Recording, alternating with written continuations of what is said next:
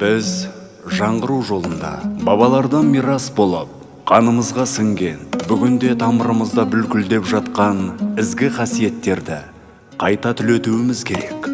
Нұрсұлтан Назарбаев, болашаққа бағдар рухани жаңғыру жолдауынан.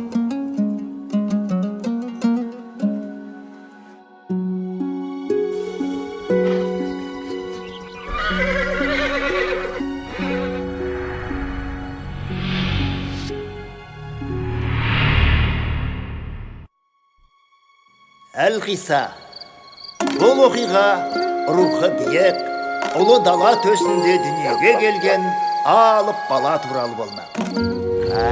Қане көрейікші бізде. Өй, мына бала алыпқа ұқсамайды ғой өзі.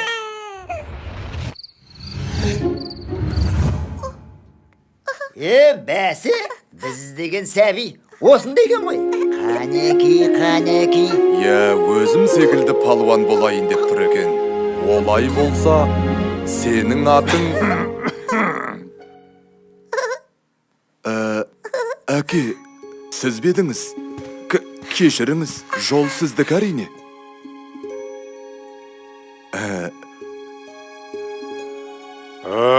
Бәрекелді.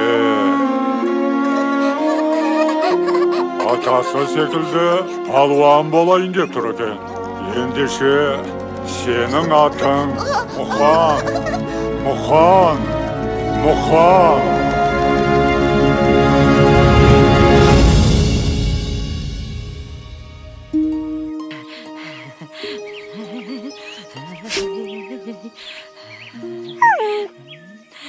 Ала ғой, айналайын, үше ғой жарығым.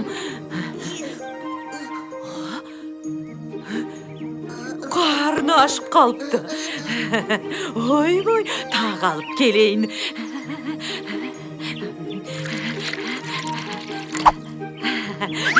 Үше ғой.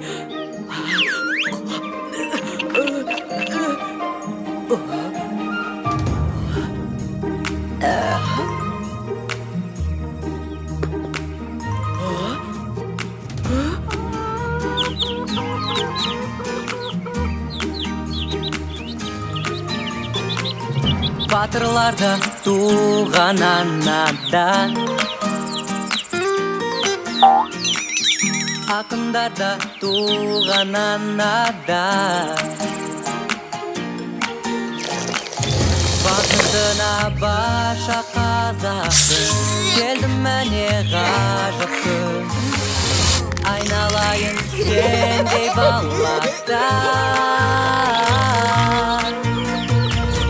Тәңір берген көші бойында, жеңістерге жету ойында. Білектіге басын имей, жауырыны жерге тимей, армандарға алда ұмтылар. Күшіменен де, ісіменен де, көрсететін жігерін. Қайратымен де, айбатымен де, қорғай білген туған елі. Аңызға толы бабалар жолы ораны.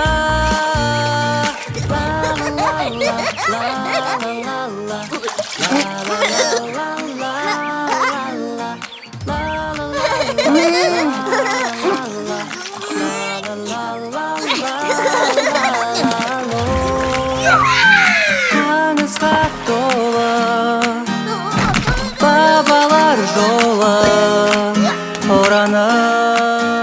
Арада 2 жыл өтті. Өй, мұналар есейіп қалыпты ғой. Демек 3 жыл өткен. Бірақ бұл кезеңде айтарлықтай қызық болған жоқ. Міне, осы жастарында біраз қызықты оқиғалар болды. Ей, Мұқан, қорадағы қойларды өріске айдаңдар. Кеттік, Мұқан. Болсаңшы.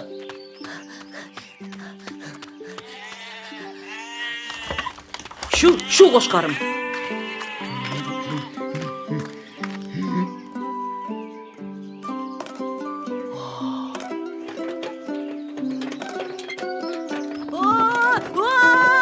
Muxan, koş!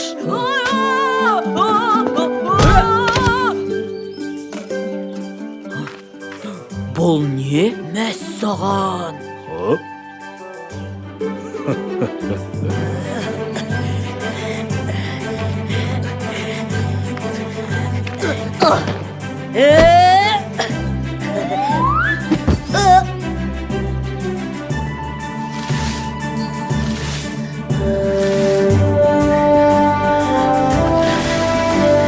Yürüsün, şürsün şe.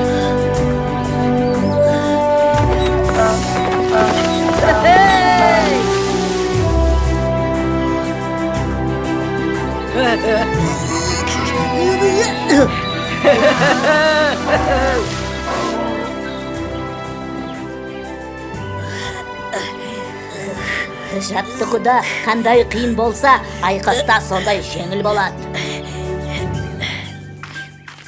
Ел Мұқан, ағаш аралаймыз.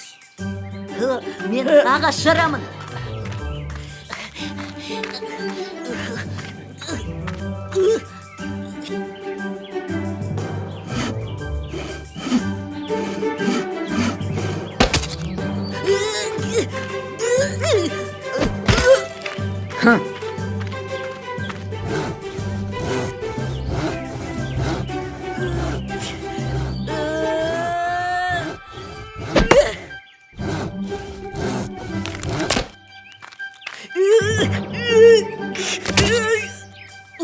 Әкел, мен көрейін.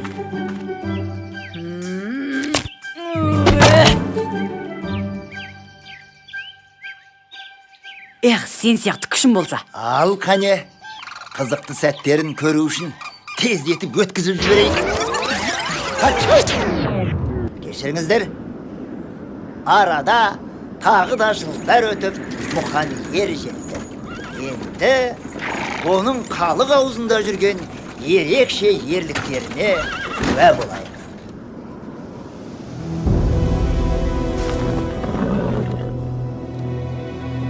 Енді не істейміз, Мұқан? Білмеймін. Ауыл әлі алыс. Ай, далада қасқырға жем болатын болдық ау. Көмектесіңдер! Ей, кім бар? Көмектесіңдер!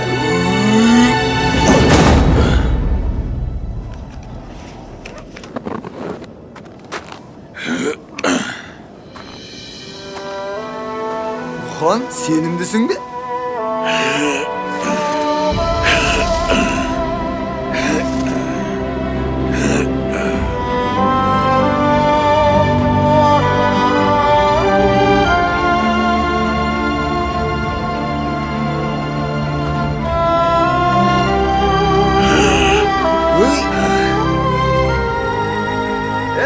Ағайындар, сыртқа шығып біздің күшімізді көріңдер. Мұқан екеуміз шөпті де, аттарды да аман алып қалдық. Міне, көріңдер.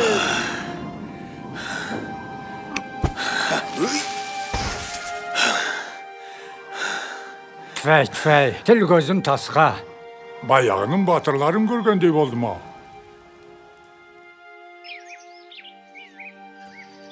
Рахмет саған, Мұқан. Әрі қарай мен өзім барайын. Әкем көріп қойса, ұрсып жүрер. Жарайды, көмектескенде тұрған не бар? Ұрса қоймас.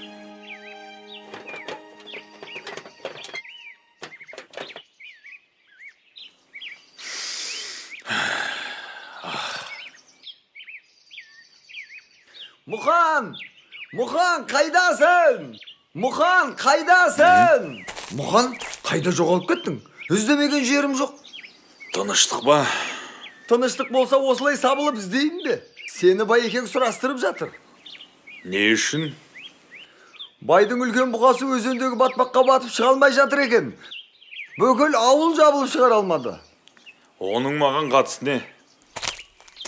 Сен ең қызығын сұрамадың ғой. Тағы не? Бұқаны шығарған адамға Байекең бір қошқар берем деді. Онда кеттік. Kaptan. Hani tar beni. Arabamız. Kaptan. Hani Ал қане? Қар. kaptan. Al, көрсет өнеріңді.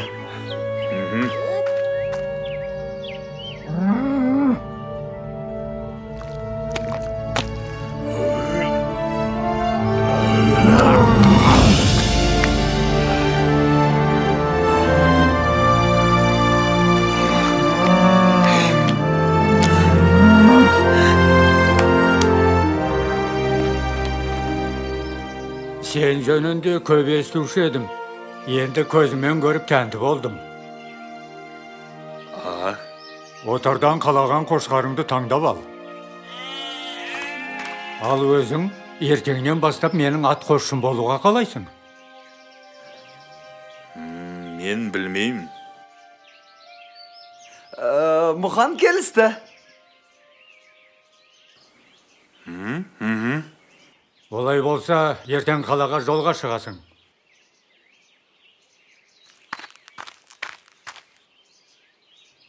Екеуміз Мұханды қалай суырып алдық, я Мұхан? Енді қошқар бізді таңдап алайық.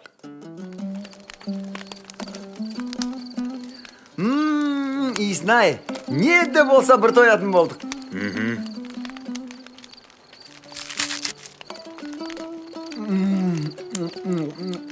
Бақ шіркіннің дәмін сынай. Өй, Мұхан, мұның не? Расында да дәмді екен. Жарайт, кішінап ал, ертең қалаға жүреміз.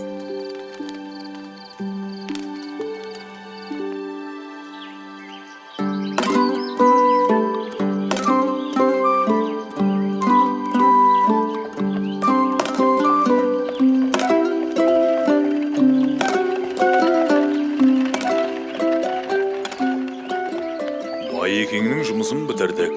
Енді ауылға қайту керек. Мұхан, қалаға күнде келе бермейміз ғой. Сәл-пәл аралап көрейікші. Әне, анда бір қызық болып жатыр. Жүрсеңші. Көрген дарманда, көрмеген дарманда. Цирк, цирк, көрген дарманда, көрмеген дарманда. Әлемге әйгілі сиқыршылар, балуандар мен аттың құлағында ойнайтын шабандоздар, клоундар мен сүйегі жоқ гимнастика шеберлері. Келіңіздер, көріңіздер. Циркке қош келдіңіздер. Естідің бе? Балуандар өнер көрсетеді дейді. Палуандар? Оған ақшамыз болмай тұр ғой. Ей, бір мәнісі болар. Көзімізді қиығымен болса да көрейікті. Мына жерден ештеңе көріп жарытпаспыз. Бір жолын табу. Келесі тамашалайтындарыңыз орасан зор қара күштің иесі, Сібірдің қоңыр аюы Иван балуанның өнері. Қарсы алыңыздар.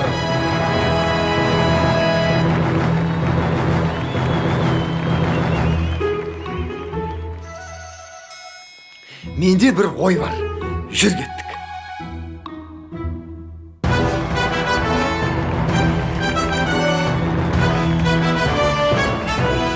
Аю десе дегендей екен. Ақ шіркін күшін-ай.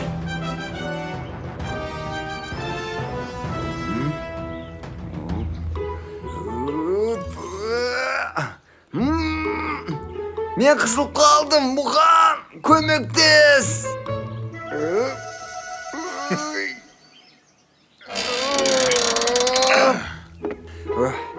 Кеттік.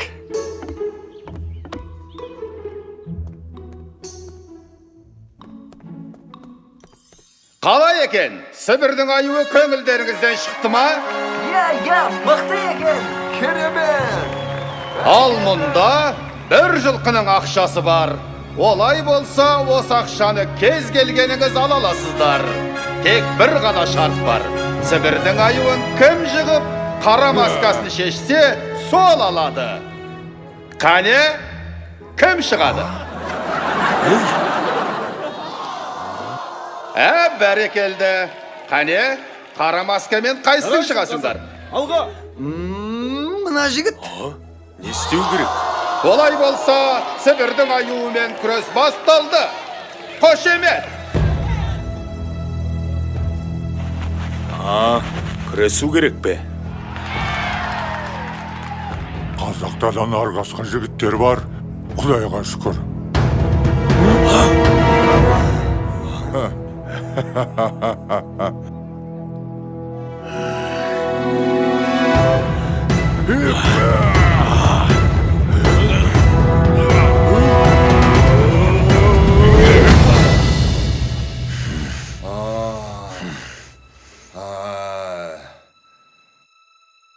Жарайсың қазақ! Бәрекелді! Алға қазақ! Міне жеңімпаз! Қазақтың қарапайым жігіті қара масканы шешті. Қошемет! Шарт бойынша ақша саған беріледі. Я, біз біргеміз. Әкеліңіз ақшаны.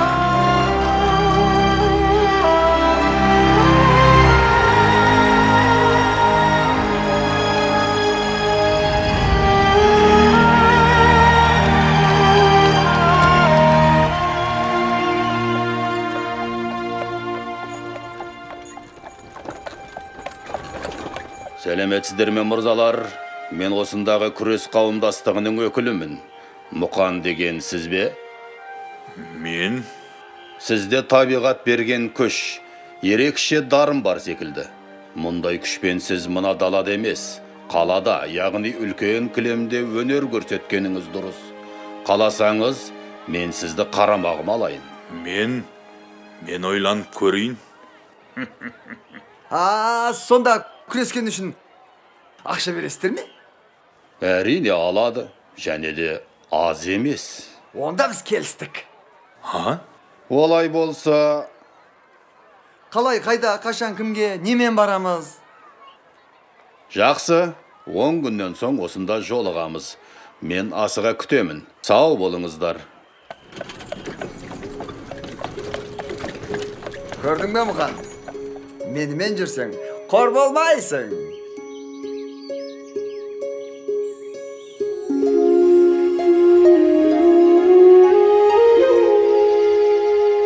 Бұл да басыңа қонған бақ шығар. Үлкендердің көзіне түскенің дұрыс болған. Әке, олай болса батаңызды беріңіз.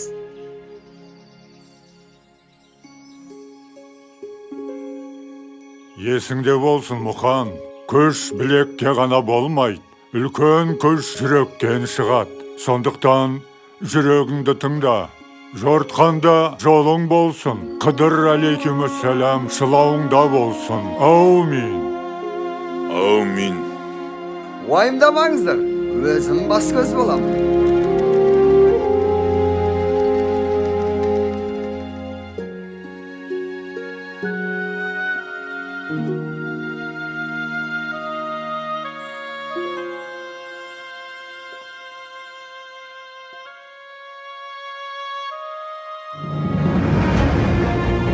Әне осылай, Мұқан әлемдегі ең беделді жарыстарға қатысып, ең мықты деген балуандарды жеңеді.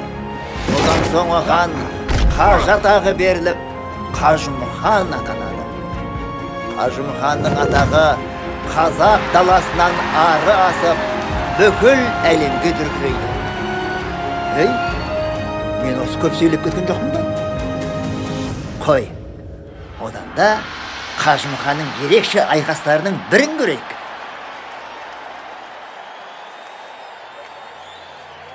Мен Жапон балуаны Саракики. Жарысқа қатысқандардың бәрін талқандаймын. Бір ғана шартым бар. Күрес джиу-джитсу әдісімен өтетін болса.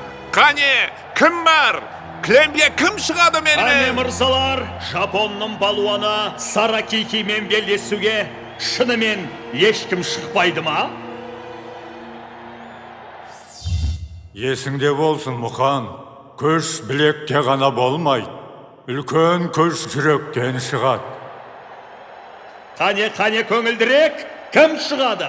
Олай болса, бүгінгі жарыстың чемпионы деп Жапон балуаны... Жаным арымның садақасы. Нар тәуекел. Мен шығамын. Қане, келесі батырымыз кім екен? Тар салыңыздар. Қазақ даласының балуаны Мұқан мырза. Дуғол шапалақ! Аха, мына қазақтың жүрегі бар екен. Қане, қолдап қояйық. Бастаңыздар!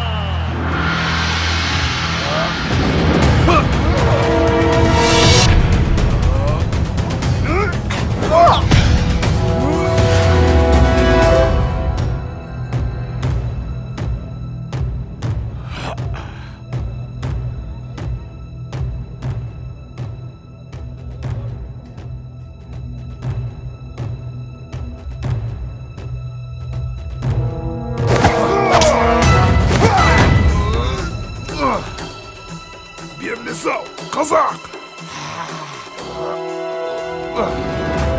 Намысты қолдан берме, Мұқан! Қазақ еш қашан берілмейді.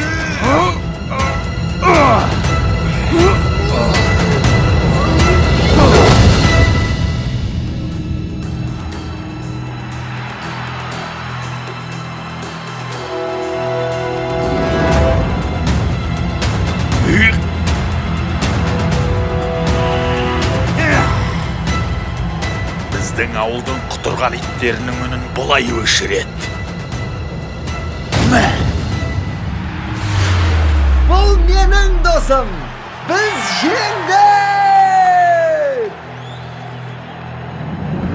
1941 жылы Ұлы Отан соғысы басталған кезде 70-тен асқан қарт Қажымұқан қанша қиын болса да ел аралап өнер көрсетіп, халықтың рухын көтеріп, қуаныш сыйлаумен болды.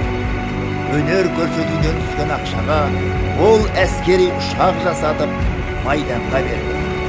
Сол үшін Сталиннен алғыс хатты алды. Қажымұқан атамыздың жеңістері ұрпағымыздың рухын мәңгілікке асқақтата беретініне сенімдіміз. Сендер де бүкіл әлем таныған Қажымұқандай балуан аталарыңды әрқашанда мақтан тұтыңдар.